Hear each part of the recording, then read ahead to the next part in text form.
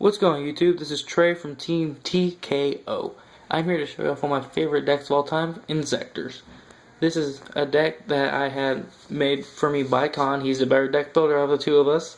And this is one of the first decks I ran into back when I first joined back in September 2012 format. So, enjoy the deck profile. First off, we have the Searcher, one of the main cards. We have Triple Centipede.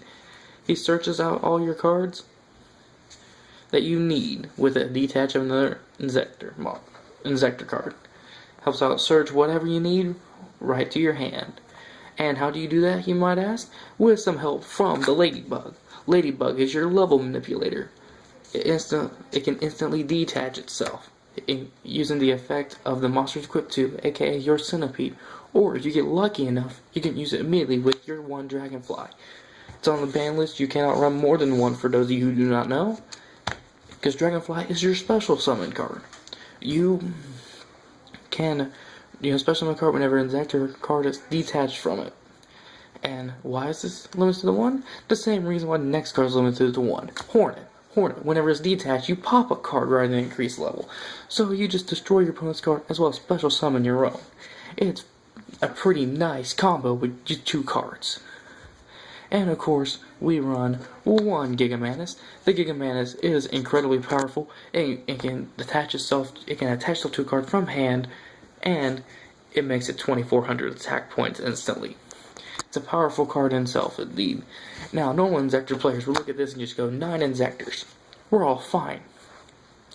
No, we like to go a step further and run a total of 12 with 2 Inzektor Hopper with Calibers 2500, 1700 otherwise, your strongest monster you can normal summon. Now, Hopper, whenever it's equipped to a monster, it can detach and increase and inflict direct attack. It's a very powerful card in of itself. As well as we run the one Inzektor Ant. Ant is a very powerful card in itself that's underrated in my mind. Do I side out? Yes. But it prevents destruction, so if you would run to a Mirror Force, Ant can protect it and keep the monster safe, as well as get its effect off. So Centipede or Dragonfly, the Mirror Force may clear your field, but you got another card in hand, or you got another monster on the field as well as your Dragonfly. Alright, that'll be it for the Inzektor monsters. Run 12 of those. For the other monsters, we have the Beatron. Simple effect, simple way to equip spell card. Just bring back an insect monster from the grave. Pretty easy since all your Inzektors count as equipped spells when in the back row. Pretty simple to pull off. Then we run 2 Mystic Tomatoes. Thins your deck, helps you special summon that Dragonfly almost immediately. And then we have the final monster, the boss monster of the deck. The one, Dark Arm Dragon, aka Dad. 20 beast deck, have to have 3 monsters in grave, 3 dark monsters in grave, and with Inzektors, you can pretty easily manipulate how many monsters you have in your graveyard.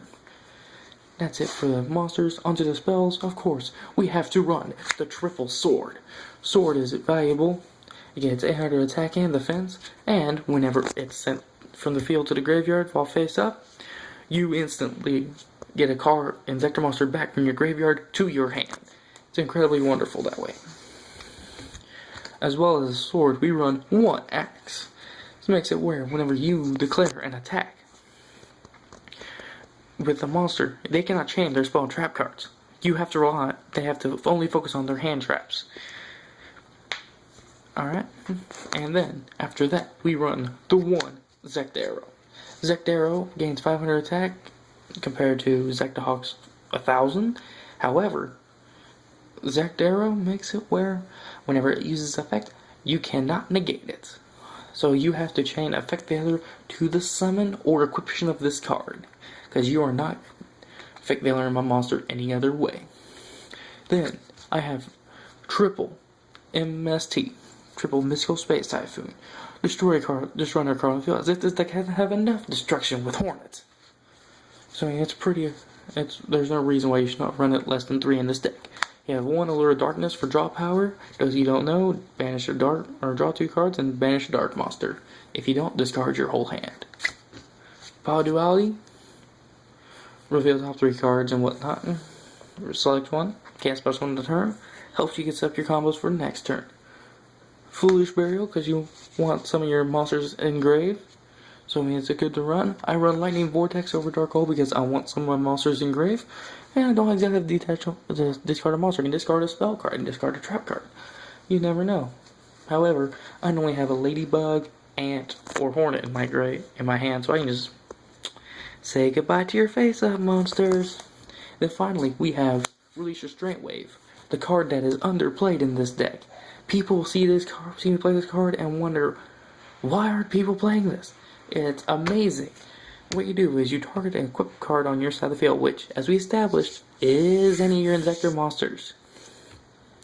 We also have and Rescues use target that, destroy it, and all your opponent's set cards. There's half your. That gets rid of your opponent's spell and trap cards that you do not know. It gets rid of the unknowns, so you are forced. So your opponents are forced to deal with whatever they have. Then I have triple Waboku. Waboku is a powerful card. In my mind, people run Threatening Roar over it. I don't. I prefer this over Threatening Roar. Why? Because you cannot chain Threatening Roar to an attack. They can be used the same way, they do the same thing. However, this, in my mind, is so much better. Alright, next, we have double Call the Haunted. So bring back your cards. Pretty simple, pretty standard. Then we have one of Dimensional Prison, Mirror Force, Bottomless Trap Hole, Solemn Warning, and Dark Bribe. I run Dark Bribe because I don't like paying life points, unlike 7 Tools of the Bandits. I prefer it that way. Alright, onto my extra deck. We have 1 Giga Brilliance, 1 Zen Mains, 1 Ten Tempo, 1 Acid Golem, and 1 Leviair. Those are the rank 3s. These all come in handy in their own situation. Out of all these, I prefer the Zen Mains and Giga Brilliance over all of them. However, stuff like Ten Tempo, great for detaching material off of Pleiades. Pretty simple. Acid Golem for skill drain, Leviair in case they banish my monsters. But, I mean, they're all wonderful in their own right. Next, for Force, we have Abyss Dweller. We have Photon Papilloperative and Zenmeister. These are all 3 of these are good cards. They're not the greatest 4s. I just don't have room for some of the air cards. But Abyss Dweller, stop graveyard effects. Goodbye, Mermails. Papilloperative, flip up your face down monsters. Zenmeister is just an awesome card. Just flip. I don't really use it for flip. Actually, I don't really use Zenmeister at all. I mean, if I summon out, it's just like a 25B stick, right? Yeah, it's a 25B stick. So it's a nice little 4. And then for 5s, we have Tyrus, Adrius, Volcasaurus, Freezadon, Shark Fortress, Zenmaio. That's all the 5s we run. Tyrus because it's Tyrus. Adrius blows up a card. Volcasaurus blows up a monster, inflicts damage. Freezadon, detach 1 from it instead of another one of these. Shark Fortress. Let's go ahead and,